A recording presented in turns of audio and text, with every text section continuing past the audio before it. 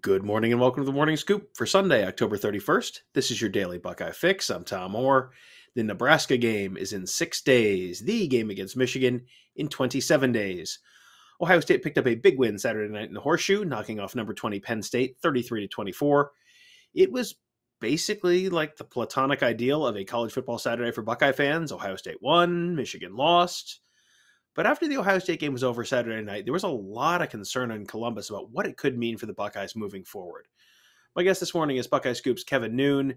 Kevin, let's see if we can make Ohio State fans feel better or feel at least like they're not crazy for worrying about the stuff they were worrying about. Thank you for joining me. Oh, absolutely. Yeah, I mean, you get on social media after the game, you get on the Ask the Insiders board, and there's always a lot of concerns and questions, and you could win the game 33-24, you could win it 303-24. There's people that are going to be concerned, but let's give this a shot. All right, so let's start with something that was a concern in the loss to Oregon and then sort of reared its ugly head again against Penn State. Ohio State's offense struggled a little bit in the red zone, and they had come into the game with something like 80. They showed the stat on TV. It was something like 87% or 78% touchdowns in the red zone. It was number 3 in the nation. And then against Penn State, they were in the red zone 6 times. So you figure, okay, they must have scored 5 touchdowns, right? Like, no. How about one? One touchdown in 6 trips to the red zone. Why? Why? My first question, why? My second question, how? And my third question, how big of a concern is that? Why? Because Penn State is probably the best defense that Ohio State's going to face until potentially the playoff. I don't see anybody else. I mean, they don't have Iowa on the schedule. They don't have Wisconsin on the schedule. Iowa is trending down. Wisconsin may be trending up, but it may be too far underwater. So I'm not sure if either of those could be potential Big Ten championship matchups for Ohio State. So Penn State just does a great job. Their back seven is fantastic. You're dealing with a lot less space to be able to do things.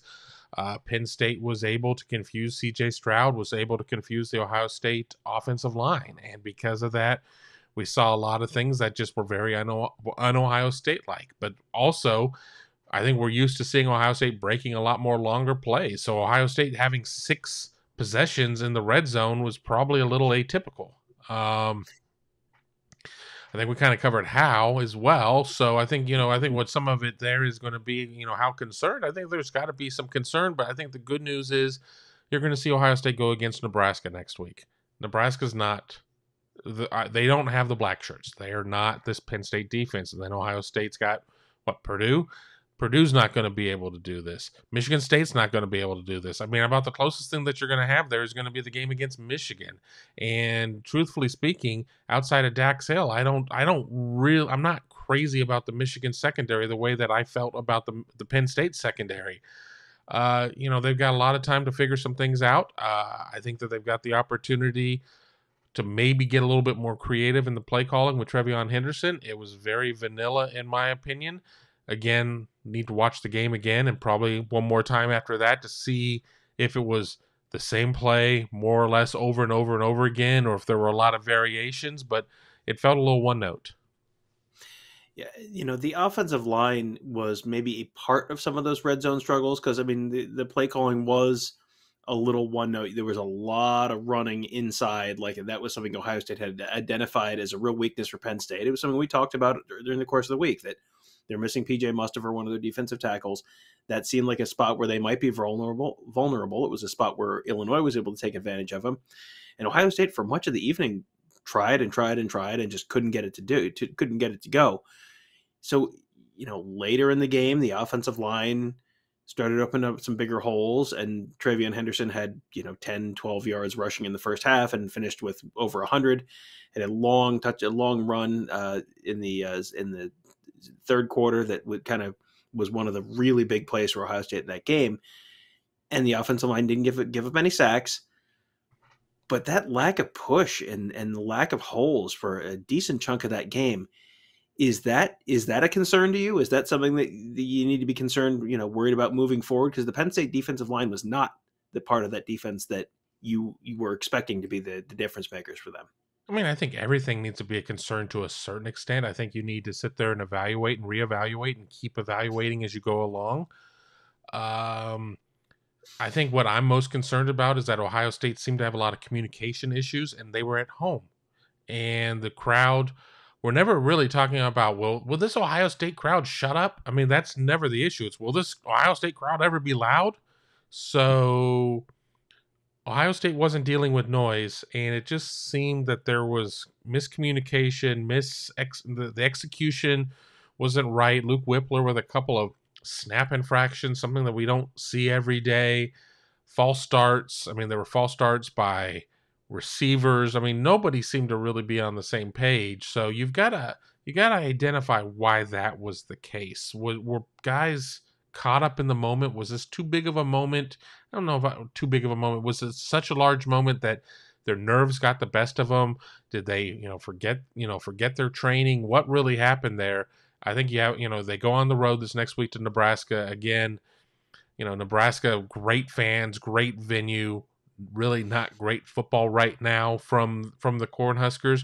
But Ohio State's going to have to figure this out because it's still going to be loud, and that's not one of the venues that Ohio State fans go and really overtake. So they got to get this solved. That trip to Nebraska is a little bit interesting to me because after some of the recent games where Ohio State has come away from a game feeling very happy, very satisfied with their win, we'll use the 2017 Penn State game as an example, where they had that big dramatic comeback and JT Barrett finishes the game 16 for 16, and this is this incredible win, and it's a nationally televised game, and what an incredible game, and the fans storm the field.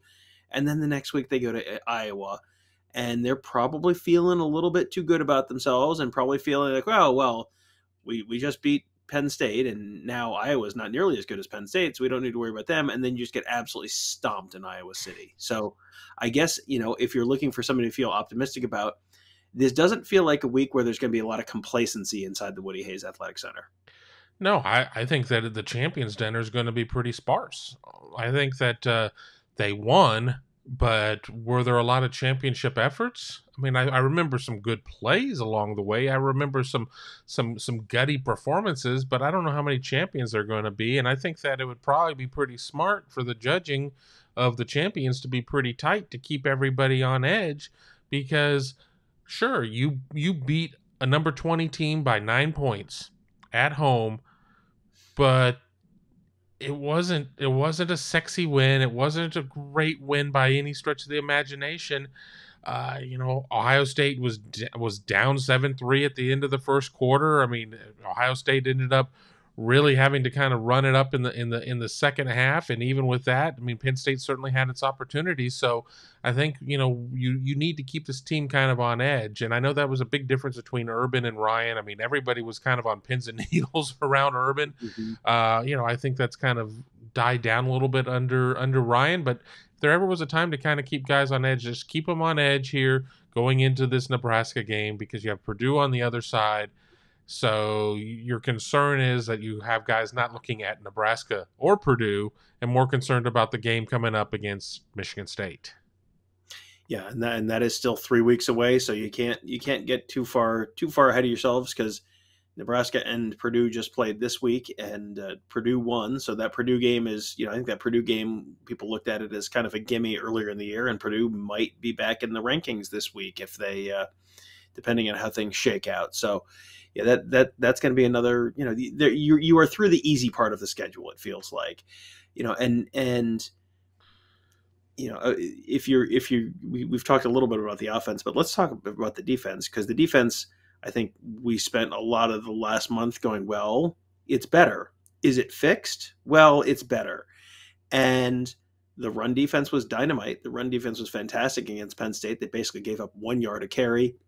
Penn State hasn't been able to run the ball against anyone, so you can give Ohio State some credit for that, but because Penn State's been running for 3 yards a carry, so yeah, it was better than that, but also you're not shutting down a really dynamic rushing attack there. No. The passing attack, I mean, Sean Clifford looked like a completely different quarterback than he did a week before, and some of that is probably the marvels of modern medicine, and some of that is probably just another week of rest. But some of that might also be the Ohio State pass defense, which just didn't look. Penn State came up with some real clever ways, it seemed like, to attack Ohio State, because there were a lot of receivers open on third down. Penn State went 11 for 18 on third down.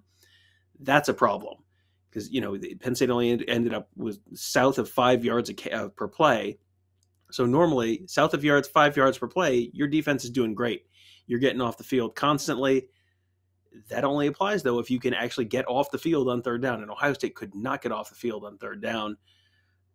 I guess it's good news. They didn't give up a ton of rushing yards. Sean Clifford had only one pass longer than 23 yards, so you're not giving up big plays. It's like all of this feels like good news, but it didn't actually feel like good news watching that Ohio State defense for a big chunk of Saturday night. Yeah, I mean, if Ohio State only had to play 2 downs and didn't have to play a third down, everything would have been fantastic. But, Penn State throws for 361, Sean Clifford 35 of 52. Jahan Dotson, they didn't even really utilize him as a weapon until, what was it, like late in the second? I mean, we didn't see number 5, we didn't hear his name called, and he's targeted 15 times, 11 receptions for $127, but he's held out of the end zone. Parker Washington targeted 10 times, 9 receptions, he gets $108. We see a situation where Ohio State seems to struggle a little bit at the beginning against the scripted plays, and you sit there and you see Penn State come out and have its success and gets a touchdown early in the game. It's like, okay, well, they've gone through their script. Ohio State will adjust and everything will be fine, and punch and pie will be had by all. And punch and pie was not had by all, because Penn State just kept moving the ball. But I guess in some ways you could say it was bend, don't break. I mean, they give up 7 in the first, they give up 14 in the third, they give up a field goal in the second. It just never felt like that they were in sorts. Now, again, there were some great efforts, there were some great plays, but I think that there's going to have to be another reevaluation as they go through the tape and say, okay, what went wrong here? And the good news is they're not going to face that in Adrian Martinez. They're not going to face that with a 3-headed quarterback monster at Purdue, or when Purdue comes to town. Maybe Peyton Thorne, but I think for everything that Michigan State was able to do on Saturday, that was Kenneth Walker. That wasn't Peyton Thorne. And, I don't think we're necessarily seeing in terms of a quarterback at Michigan right now that can sling the ball around.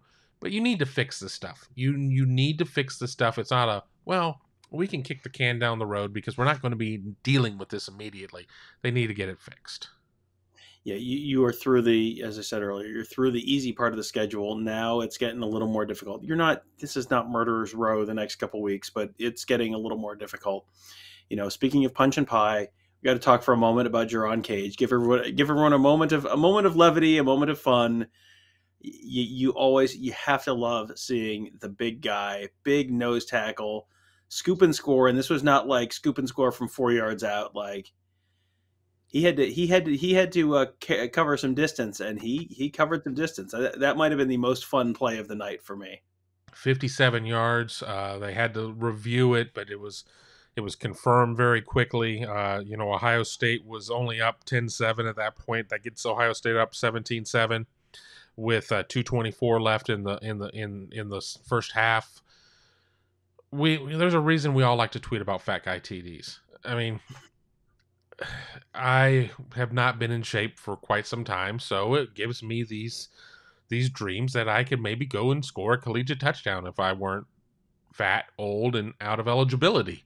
But, for a guy that, we don't talk about Jerron Cage. We've talked a lot about the defensive tackles, but Jerron Cage isn't somebody that we talk about that much. And, he goes out, he gets the start. I mean, he gets to start in the game, and then he's in on that pivotal play, and he's able to pick that ball up and take it there. It was really great because, I mean, he had it and he was by everybody, and then none of the offensive line for Penn State was going to chase him down, and he had a blocker, but he didn't really need him. And then they go to the sideline, and he's getting like fanned down by all the rest of the line at that point. He probably needed some oxygen too. I got a little tired watching it.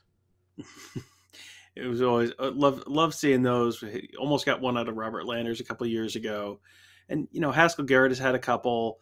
and Draymond Jones had one, although he's more of a 3 tech, not a true nose. So, and you there were those are rare treats. So definitely enjoy those.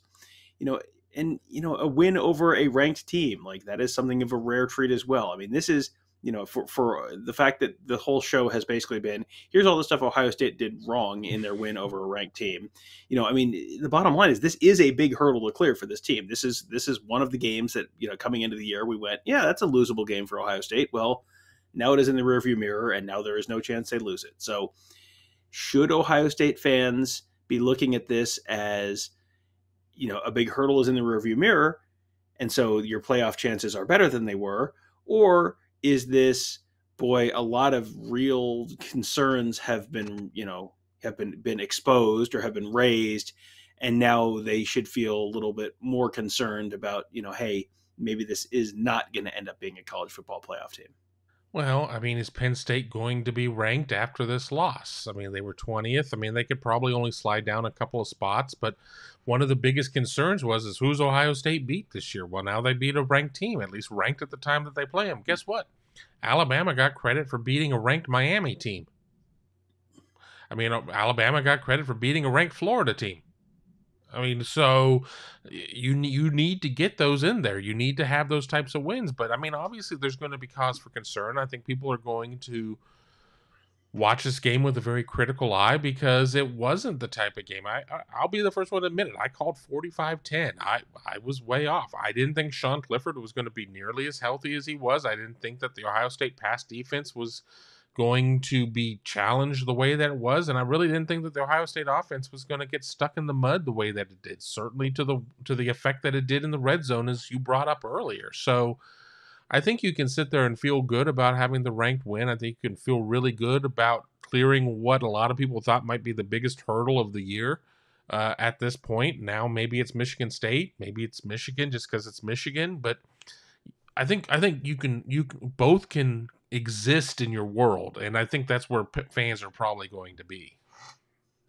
Well, the Buckeyes are going to be existing in Lincoln, Nebraska next weekend. This will be one of their next to last road trips of the regular season. That will be, I mean, it's an interesting game. Nebraska is 3-6 now. They are in pretty dire shape. It'll be fascinating to see what that team actually looks like this week, because I don't know how secure Scott Frost's job status is right now, but a win over Ohio State would probably fix a lot of issues there. So that'll be one we're talking about a whole bunch this week. And also, first college football playoff rankings come out on Tuesday this week as well.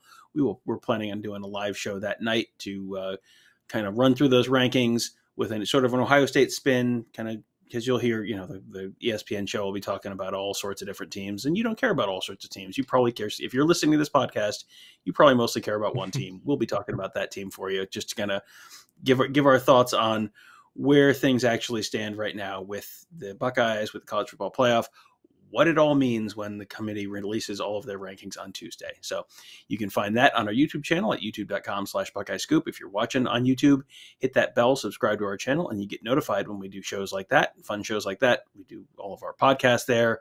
We do pregame shows. We do postgame shows. It's all at youtube.com/Buckeye Scoop. That'll do it for today. Thank you guys all for joining us. Have a great day. We'll talk to you tomorrow.